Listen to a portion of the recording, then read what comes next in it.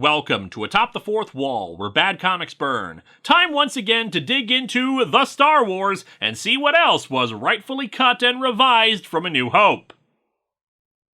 I would have worn the cloak that I normally do when I do the Star Wars reviews, but I look like a linebacker with that thing over the jacket.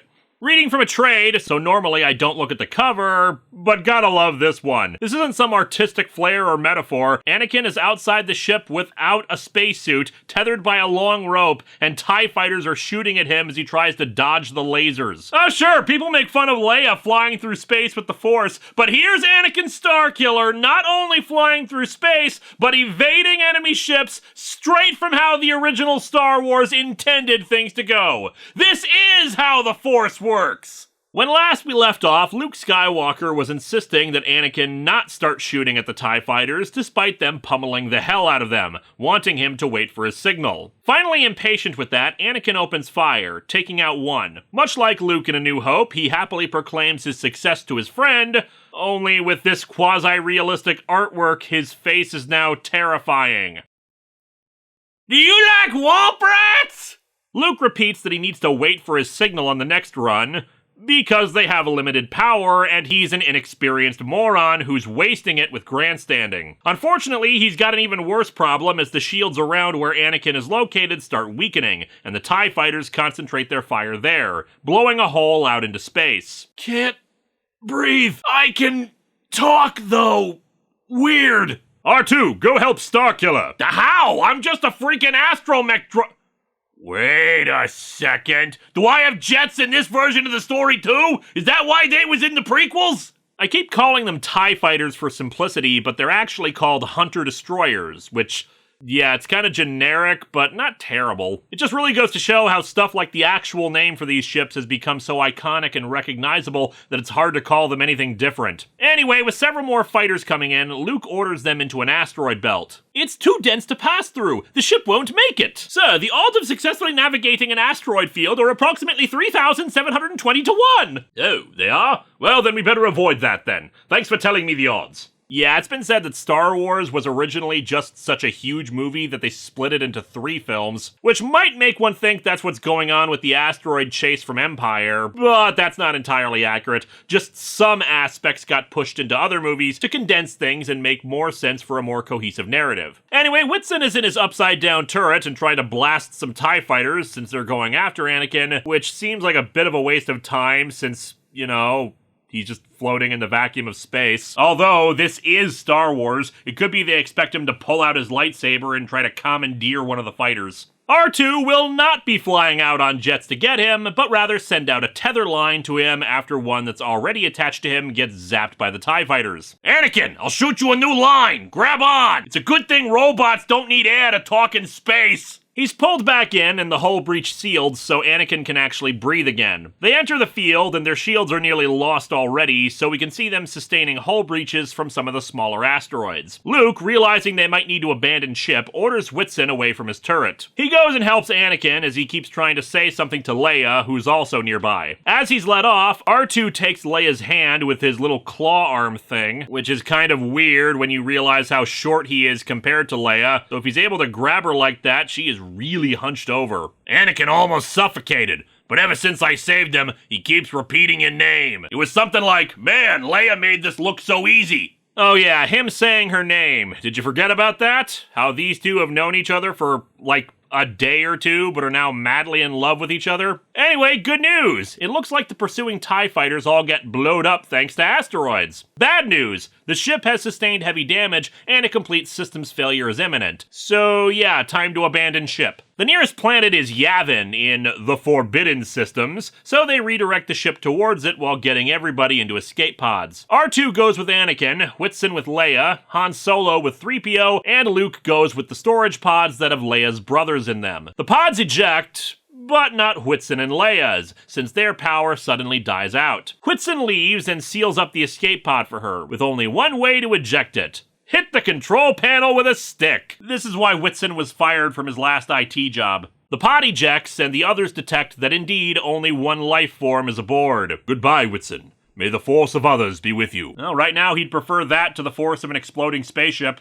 The pods soon land on the forest moon of Yavin, and Luke soon meets up with Han and 3PO. This is dangerous country. Anakin will have to find Leia, and quick. I see that Yavin's tourism campaign has been a dismal failure. What happened to Captain Whitson? He sacrificed himself to save the princess. A courageous act that I will never forget. Would have been really awkward if it turned out Leia had been the one to force the pod's ejection to save Whitson. Then again, Whitson's barely been a character so far, so it's not like we're losing someone critical to all this. Anakin, meanwhile, apparently fell out of his pod and now has a giant spider crawling on top of him. However, he wakes up and just kind of flings it away. Not even sure what he did here. Look at this panel. It looks like he just swept his arm and made it fly. Do not underestimate my power! But yeah, he's awake. I'm not dead yet. Well, duh! That spider was a chiropractor trying to fix your spine after the crash! Anakin helps R2 down and he can detect Leia's pod relatively nearby. Back with the others, they wake up the kids from their storage pods. And then immediately back to Anakin.